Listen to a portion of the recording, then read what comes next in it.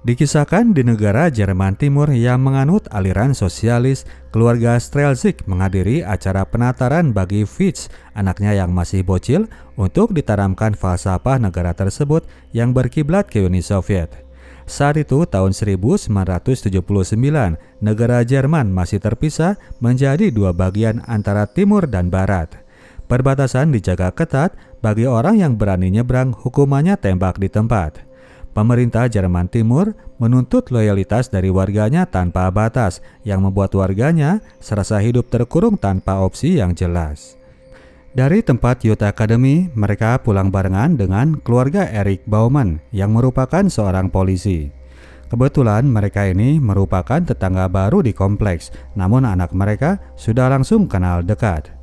Tiba di rumah saat itu, Fitch melihat balon gas yang lepas terbang menuju ke arah barat. Peter, sang kepala keluarga, tiba-tiba saja menyuruh keluarganya agar segera masuk ke dalam, tidak begitu menghiraukan ajakan Erich yang mengundang mereka makan malam. Ia cuma mengiyakan saja. Peter dan Doris, istrinya, saat itu langsung pergi ke rumah pasangan Gunther dan Petra yang merupakan sahabat mereka.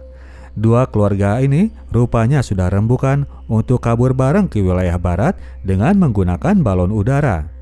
Saat itu ternyata Gunther mengurungkan niatnya tersebut. Ia merasa bahwa balon udara bikinannya gak akan kuat untuk menampung 8 orang, padahal orang ini yang bikin rencana. Gunther mundur rupanya karena desakan dari sang istri yang ciut nyalinya untuk melakukan aksi nekat itu. Peter sendiri merasa sayang karena sekarang ini kondisi angin sudah persis yang seperti mereka tunggu berminggu-minggu. Ia tetap penasaran ingin mencobanya. Ketika mendengar dari Gunther bahwa 4 orang masih bisa dibawa oleh balon udaranya, Peter membulatkan tekad untuk tetap kabur. Sampai rumah, mereka langsung memanggil Frank dan menyuruh sang bocil untuk naik ke atas loteng. Anak sulungnya yang sudah dikasih tahu rencana pelarian itu, mereka suruh untuk langsung berkemas-kemas. Aksi kabur akan dilakukan malam itu juga. Frank sudah tahu apa yang harus dilakukan, ia pun segera pergi ke kamarnya. Dari jendela kamar, ia melihat Clara yang sedang berada di bawah. Perasaannya jadi sedikit meleleh. Terlebih dahulu ia pun menuliskan surat perpisahan. Setengah 10 malam mereka pun bersiap. Doris bilang kepada Fitch bahwa mereka akan camping ke tengah hutan. Sebelum pergi, Frank menyempatkan dulu untuk menaruh surat cintanya di kotak pos cewek tetangga. Pergilah kemudian keluarga kecil ini menuju lokasi yang telah ditentukan. Mereka terus jalan tanpa stop, tidak itu orang yang butuh pertolongan di jalan bisa menghentikan mereka.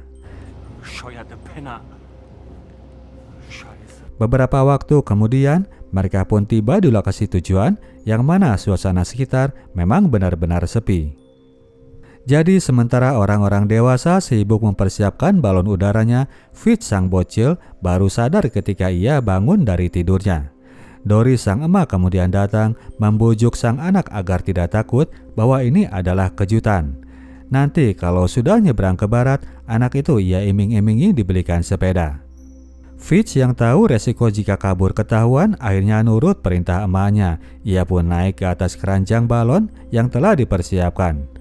Setelah semua berada di dalam keranjang, Peter dan Frank yang memutuskan tali pengikatnya. Lalu naiklah balon gas raksasa tersebut ke udara. Balon udara ini memakai gas hidrogen sebagai bahan bakarnya. Makin besar aliran gas itu dikeluarkan, makin laju juga gerak balon tersebut. Ketika Doris merasa bahwa mereka terbang terlalu rendah yang sangat mungkin bakal kelihatan dari darat, maka Peter melepas lagi gasnya agar balon mereka terbang lebih tinggi menembus awan. Terbang di antara awan beda halnya dengan terbang di langit terbuka. Hal itu baru tersadari ketika Fitch melihat air yang menetes, tanda bahwa balon mereka terbebani air yang membasahi.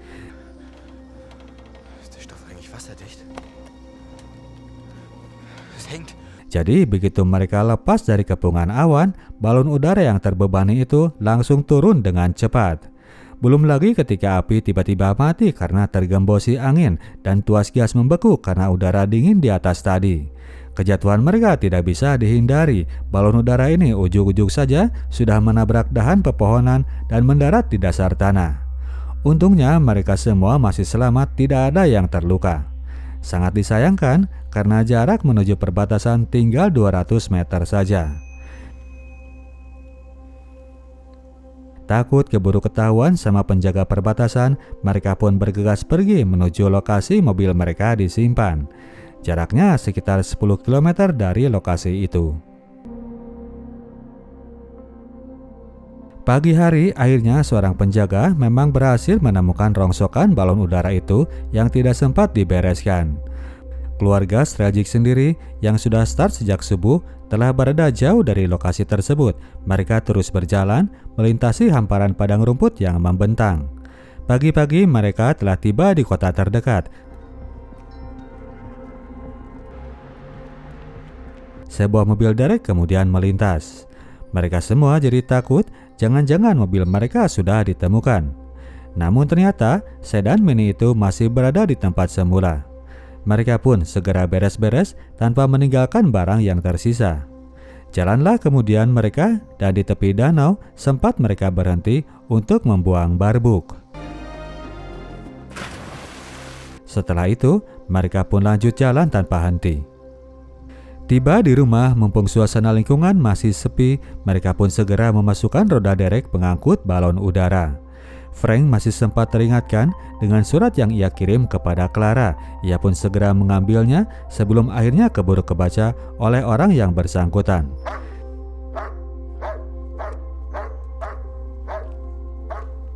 Di dalam rumah, alih-alih Frank yang penasaran, Doris memperingatkan agar suaminya tidak lagi berniat kabur. Doris yang ketakutan ini lebih memilih agar mereka sabar menikmati kehidupan yang mereka miliki saat itu. Tiba-tiba, bel rumah pun berbunyi. Semua anggota keluarga langsung tegang, jangan-jangan aparat yang datang menyatroni. Namun ternyata orang itu hanyalah pengurus desa yang meminta agar rumah mereka didekor dengan bendera nasional Jerman Timur demi menyambut hari proklamasi.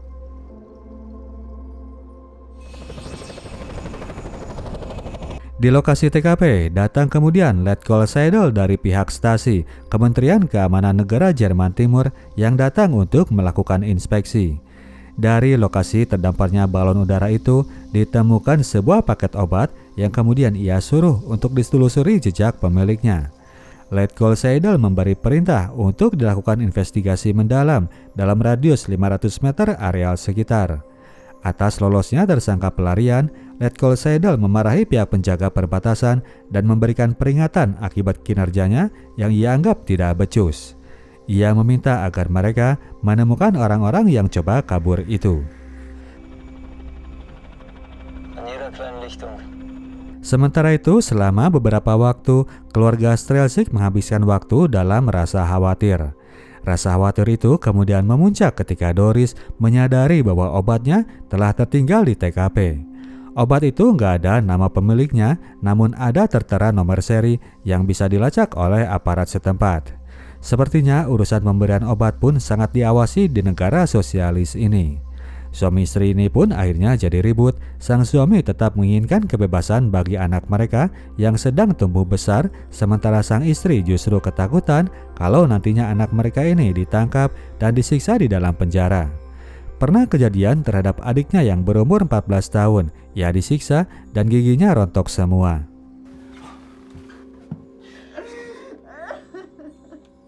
Sementara itu, Letkol Seidel sendiri makin intens melakukan tindakan. Ia masih heran dengan keteledoran para penjaga, bagaimana bisa mereka tidak melihat balon terbang yang hendak melintas. Para penjaga sendiri tidak banyak memberikan pembelaan karena mereka memang merasa nggak terlalu awas. Letkol Seidel curiga jangan-jangan penjaga ini memang membiarkan kejadian itu terjadi, maka dari itu ia pun langsung memecat keduanya. Selain itu, ia pun makin intens melakukan investigasi. Dia dan timnya menyelidiki segala hal tentang pembuatan balon udara tersebut dari segi bahan dan kualitas jahitan. Namun dari semua petunjuk, bukti obatlah yang mereka kira paling potensial untuk merujuk ke tersangka. Hari itu Peter datang ke rumah Erik yang minta dibetulkan antena rumah. Sebagai timbal balik, Peter kemudian meminta bantuan tetangganya ini agar diusahakan tiket melancong ke Berlin Barat. Si Eric yang punya kenalan di Departemen Pariwisata itu kemudian menjabani request Peter. Berangkatlah kemudian keluarga ini menuju kota Berlin Barat dengan rekomendasi dari orangnya Eric. Di sana mereka akan pura-pura jadi pelancong. Rencana mereka sendiri adalah untuk menghubungi kedubes Amerika agar dibantu diberikan suaka. Namun ketika mereka hendak memakai telepon umum hotel, Peter sudah merasa bahwa ia ada yang mengawasi. Takut kalau telepon itu disadap oleh pemerintah, akhirnya ia pun menggagalkan usaha tersebut. Peter pun akhirnya mengganti rencananya. Ia menulis surat minta pertolongan kepada orang Amerika yang ia selipkan di dalam sebuah bungkus rokok. Ia berharap bahwa nantinya orang kedubes Amerika yang membaca surat itu akan langsung nyamperin mereka ke kamar hotelnya. Dengan berlaga seperti turis nyasar, mereka pun berwisata pandang ke jalan di mana kedubes Amerika berada. Mereka mengamati bahwa di sana ternyata pengamanan sangat ketat. Ada polisi Jartim yang menggeledah orang Jerman yang baru keluar dari kantor kedubes Amerika, dan di seberangnya ada orang Secret Service yang mengintai. Frank kemudian mendapatkan ide saat ia melihat 2 orang Amerika hendak lewat. Sementara orang tuanya, ia suruh mengalihkan perhatian penjaga pos. Ia pun nyebrang untuk mendekati pegawai kedubes yang hendak lewat. Di sana ia diam-diam menyelipkan bungkus rokoknya ke tas Tante Amerik itu, berharap pesan mereka bisa ditemukan. Pergilah kemudian mereka dari sana. Seharian itu dihabiskan Peter dan keluarga untuk menunggu didatangi pihak Amerika, namun pintu hotel mereka tetap saja tidak ada yang mengetuk. Menghadapi kenyataan itu, kini Peter yang merasa putus asa dan mulai ketakutan. Sikap optimis kali ini justru datang dari anak-anaknya. Setidaknya kemarin itu, ayahnya ini sudah berhasil menerbangkan mereka, bahkan bisa berhasil lolos kalau saja balon udaranya tidak kebasahan. Frank memberikan saran agar ayahnya bikin lagi balon udara seperti kemarin dengan ukuran yang lebih besar. Peter nggak bisa janji karena master pembuatnya adalah Gunther yang sekarang urung pergi. Frank mendesak agar ayahnya mencoba membujuk lagi temannya itu, toh mereka juga sebetulnya ingin pergi. Doris memperkuat usulan anaknya. Ia tidak ingin hidup cemas menunggu disatroni oleh polisi stasi. Mumpung masih berada di kota Berlin, esoknya mereka pun datang ke toko kain untuk membeli bahan kain nilon sepanjang 200 meter. Mendengar pesanan kain sepanjang itu, penjaga toko pun langsung jadi curiga. Dengan alasan mengecek kesediaan barang, ia pun pergi ke belakang yang ternyata dia melaporkannya kepada pemilik toko, dan pemilik toko tanpa langsung menelepon seseorang. Melihat adegan itu, Doris pun langsung mengajak keluarganya untuk segera keluar dari toko tersebut. Di dalam mobil, Doris menceritakan adegan yang tadi dilihatnya, dan kini mereka sadar bahwa pembelian jumlah besar akan dilaporkan ke pihak aparat. Untuk itu, mereka pun kini harus beli ngeteng dan tiap orang bergiliran membeli di toko yang berlainan. Mereka juga bisa mengajak Gunther dan Petra agar ikutan giliran belanja. Si pemilik toko kain di Berlin tadi ternyata betul saja melapor pihak aparat, dan laporan itu langsung kemudian masuk ke meja Letkol Seidel. Kini dia pun sadar bahwa sang tersangka sedang mencoba untuk membuat lagi balon udara yang baru. Walau demikian, Letkol Seidel memperkirakan bahwa mereka ini bukan warga Berlin, namun penduduk yang dekat dengan perbatasan. Mereka akan membutuhkan angin dari arah utara untuk kembali bisa melakukan aksinya. Peter sendiri nggak banyak buang waktu, ia langsung datang ke rumah Gunther dan Petra. Ia cerita soal berhasilnya balon udara mereka terbang di tempo hari, dan hal itu bisa kembali mereka lakukan. Namun sayangnya saat itu Gunther sudah diterima menjadi pilot angkatan udara Jartim. 6 minggu ke depan ia harus hadir di pangkalan militer. Jika ia bolos, maka beresiko dirinya akan dicari oleh aparat. Untuk itu, pembuatan balon udara tersebut harus beres kurang dari 6 minggu. Mereka pun segera menjalankan operasi tersebut. Mama belanja kain ke sana kemari, sementara Frank dan Peter mengambil lagi fence blades yang kemarin mereka cemplungkan ke dalam danau. Peter yang tukang listrik ini bertugas membuat lagi burner yang baru dan rangka keranjang dari balon udara mereka. Kunci dari pekerjaan adalah Gunther yang selain mendesain sang balon udara juga berperan sebagai penjahitnya. Waktu demi waktu berjalan, operasi itu terus dilakukan. Makin panjang pola balon udara yang dijahit, makin banyak pula toko kain yang sudah disinggahi oleh Doris dan Petra. Kamar mereka kini sudah dijali oleh bahan kain. Sementara itu, divisi bengkel sendiri sudah beres dengan pekerjaannya. Tiba waktunya Gunther dan Petra datang ke rumah Peter buat ngecek keranjang balon mereka yang baru. Kali ini mereka membuatnya dengan lebih kokoh, muat dan sanggup untuk menahan beban sebanyak 10 orang dewasa. Suatu hari nggak sengaja Frank ketemu dengan Clara di depan rumah. Clara ingin mengajaknya main ke lapangan untuk menerbangkan layang-layang. Frank yang tadinya ragu untuk pergi akhirnya ngikutin ajakan cewek ini. Mainlah kemudian mereka di lapangan dan ternyata itu hanyalah modus Clara untuk ngajak Frank jalan berdua. Indehoilah kemudian cewek cowok yang tetanggaan itu. Proses kerja pasukan Stasi yang belum berhasil menangkap tersangka kabur sekarang sudah membuat Menteri Pertahanan jadi marah. Timnya Letkol Sedel didamprat abis-abisan karena hal itu selain menyangkut pertahanan negara namun juga image negara mereka. Apa kata orang jika garis perbatasannya bisa jebol oleh sebuah balon udara? Letkol Sedel pun makin gemas kepada para tersangka kabur itu. Pekerjaan Peter yang berikutnya adalah untuk merakit burner gas yang akan menjadi pemompa balon mereka untuk terbang. Saat itu hasil kerjaannya masih dirasa kurang karena api yang muncul masih tidak stabil dan cenderung kecil. Peter kemudian melampiaskan rasa frustasinya ke soal hubungan Frank dan Clara. Ia memperingatkan agar anaknya gak terlalu dekat dengan cewek anak polisi Stasi itu.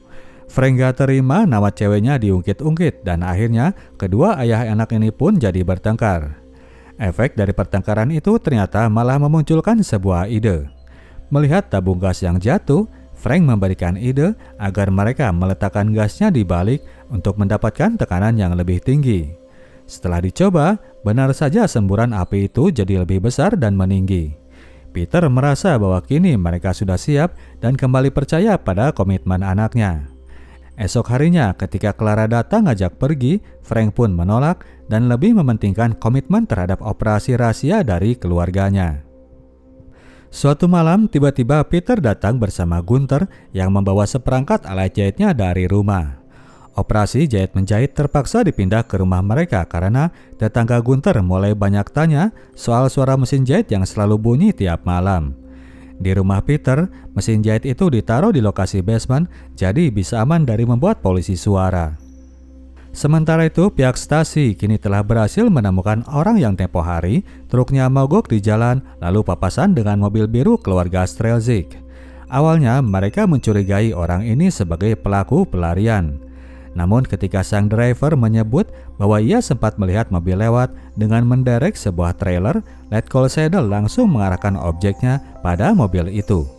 Sebuah keluarga dengan 2 orang anak dengan mobil biru merek Wartburg adalah deskripsi yang sama seperti yang tempo hari diberikan oleh pemilik toko kain di kota Berlin. Orangnya Letkol Sedel berakhir menanyakan kepada toko kain kemarin untuk mengkonfirmasi identitas keluarga pembeli kain yang aneh itu. Sang penjaga toko kali ini melengkapi dengan kode plat nomor mobil tersebut yang berasal dari Kabupaten Gera di desa Posnek. Kode itu ternyata cocok dengan kode pada tabung gas yang ditemukan di lokasi TKP di mana gas itu diisi di sebuah SPBU di daerah Posnek. Letkol Sedel langsung mengarahkan investigasinya ke desa tersebut. Semua anggota militer dari pangkalan terdekat minta dihubungi dan sebagian ia tugaskan untuk memeriksa ketiap apotek yang ada. Kabar itu kemudian sampai ke kantornya Erik Baumann di desa Posnek yang diminta untuk segera bersiaga. Erik kaget berat mendengar kabar itu. Selalu dilepeh oleh Frank, Clara akhirnya mencari gebetan baru di sekolah. Frank melihatnya ketika Clara pergi dibonceng oleh seorang cowok. Merasa bete berat, di rumah Frank pun nyetel lagu kencang-kencang dan itu bikin marah Peter yang sedang berusaha agar tidak menarik perhatian orang. Apalagi situasi lagi genting, mereka sedang dikejar target jahitan. Letko Seidel sendiri hari itu tiba di desa Posnek dan langsung merapat ke apotek terbesar di kota kecil itu. Apotek ini memiliki daftar pasien sebanyak 200 orang yang minta agar dicarikan orang yang mengkonsumsi obat tiroid. Mereka mencari orang yang terkait dengan seseorang yang memiliki background tukang mekanik dan tukang jahit. Eric Bauman mulai merapat kepada Letko Seidel. Sibuklah mereka untuk mencari data-data orang yang dimaksud. Sebagian agen bahkan sudah langsung menyatroni orang yang dicurigai. Di rumah, Frank kembali melihat Clara yang baru pulang diantar cowok barunya. Saat itu, ayahnya sendiri sedang sibuk mendengarkan siaran radio. Dia perkirakan bahwa angin utara yang kencang akan berhembus besok lusa. Peter segera mengabarkan hal itu kepada Gunther, sementara ia sendiri langsung bergegas mengisi tabung gasnya. Hal itu membuat Frank jadi terpikirkan sebuah ide. Bocah yang lagi broken heart ini kemudian pergi ke rumah seberang untuk menemui Clara. Mumpung rumah lagi kosong, Frank pun masuk dan mengajukan sebuah ajakan. Frank ngajak Clara untuk ikut kabur ke Jerman Barat. Cewek anak polisi ini tentu saja hanya bisa merespon dengan kaget. Betapa sinting rencana yang akan dilakukan oleh keluarga Frank. Saat itu datang kemudian Mr. Eric yang mampir hendak mengambil jas hujannya. Ia bilang bahwa ia masih sibuk berada di apotek untuk mencari seseorang. Info itu terdengar oleh Frank yang langsung pulang dan melaporkannya kepada sang bokap. Sang bokap bisa menyimpulkan dengan mudah bahwa polisi memang sedang mencari data pemilik obat milik istrinya. Tidak ada jalan lain bahwa mereka harus kabur malam itu juga. Frank segera berangkat untuk bantu ngasih tahu Petra. Sementara itu, agen dari stasi sendiri sudah mendatangi beberapa alamat yang dicurigai. Petra sendiri sudah bersiaga setelah dikasih tahu oleh Frank. Namun kondisi jahitan belum sepenuhnya rampung. Gunther masih sibuk untuk menutup lubang di ujung dari balon tersebut. Menjelang malam, Letko Seidel beserta agennya masih belum mendapatkan orang yang dimaksud. Hingga kemudian mereka tiba pada data seorang Doris Strelzik. Mendengar nama tetangganya disebut-sebut, Eric pun langsung nyaut dan ngasih kesaksian bahwa keluarganya memang memiliki sebuah workbook warna biru. Letko Seidel dan CS langsung bergerak menuju rumah Doris. Malam itu sebelum pergi, Frank lagi-lagi nyelipin surat ke kotak pos milik keluarga Bauman. Kali ini Clara melihatnya dari dalam. Ketika rombongan polisi akhirnya datang ke rumah mereka, para tersangka kabur sendiri sudah berada di rumah Gunther untuk menjemput Petra. Petra dan para bocilnya masuk ke dalam mobil, sementara Frank ikut naik motornya Gunther. Ketika berangkat, sudah terlihat banyak polisi yang berjaga di jalanan. Peter pun memutuskan untuk ambil jalan memutar. Sementara itu, Gunther nggak langsung ikut mobil di depan. Ia ingin belok dulu untuk melihat wajah ayahnya terakhir kali sebelum ia kabur. Saat itu rombongan polisi sendiri baru tiba di rumah keluarga Strelzik. Melihat rumah itu gelap dan terkunci, mereka langsung mendobrak rumah tersebut. Masuk ke dalam, mereka melihat sekitar dan baru menemukan sesuatu yang mereka cari di ruang basement. Seperangkat alat jahit beserta potongan kain nilon dan buku tutorial mendesain balon udara yang ada di meja samping. Target kemarahan langsung kepada Eric yang sampai bisa kecolongan punya tetangga tersangka kabur. Eric pun membela diri bahwa dia nggak melihat hal yang aneh, cuman belakangan ia memang sering lihat keluarga ini dikunjungi teman yang bernama Gunther. Letko Seidel langsung memberi instruksi untuk mencari mobil workbook warna biru dan memblokade semua jalan keluar desa. Ia juga mulai mengarahkan patroli perbatasan beserta helikopternya. Clara yang melihat kegentingan itu segera mengamankan surat kiriman Frank tadi. Saat itu, mobil workbook biru sudah tiba di lokasi peluncuran. Balon udara baru itu langsung saja mereka persiapkan sembari menunggu kedatangan Gunther yang membawa Frank. Motor ini yang datang lewat jalur biasa sempat tercegat oleh barikade aparat. Untung saja, karena target pencarian adalah sebuah mobil, sepeda motor pun langsung disuruh lewat. Letkol Seidel sendiri sudah sampai di pangkalan militer wilayah perbatasan. Dengan memakai sebuah helikopter, dia dan rekan akan mencegat ngegap balon raksasa yang hendak coba nyebrang. Balon udara itu masih coba dipasangkan oleh Peter dengan bantuan Petra dan istrinya. Pekerjaan agak lambat karena Gunther dan Frank gak kunjung tiba. Mereka sempat merasa khawatir sampai kemudian akhirnya sepeda motor imut itu sampai di lokasi tersebut. Dengan bantuan Gunther yang menyalakan fan blade dan dilanjut dengan dorongan gas propane, balon itu pun lalu coba dikasih udara. Sementara itu, heli Mr. Seidel sendiri sudah mulai mengudara. Mereka bergerak secermat mungkin agar tidak miss memantau pergerakan sebuah balon raksasa. Balon raksasa itu sendiri baru selesai ditegakkan dan sekarang telah siap untuk diterbangkan. Setelah membawa masuk semua penumpang, Gunther dan Frank yang bertugas untuk memutuskan tali pancang. Namun kali itu, gerak mereka sedikit gak kompak. Frank gagal memutus satu tali secara bersamaan sehingga membuat balon itu jadi gerak menyamping. Akhirnya api pada burner sempat menjilat permukaan balon. Untung saja tali itu keburu dicabut sebelum api tersebut lebih luas menjalar. Api pada bagian bawah balon yang terbakar itu masih sempat dipadamkan. Terdapat kerusakan namun tidak mengganggu fungsi balon sepenuhnya. Balon raksasa ini mulai naik mengudara. Balon udara yang mulai naik itu bisa terpantau dari menara perbatasan yang kemudian memberikan info tersebut kepada orang di dalam heli.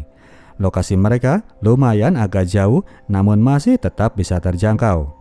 Balon itu sendiri masih terus bergerak selama beberapa waktu sampai akhirnya gerakan mereka mulai terasa melambat. Gunther mengamati, ternyata jahitan di ujung balon yang menjadi penyebabnya. Karena tadi buru-buru, jahitan tersebut akhirnya jebol yang kemudian menyebabkan terdapatnya lubang. Peter pun terpaksa memperbesar aliran gasnya.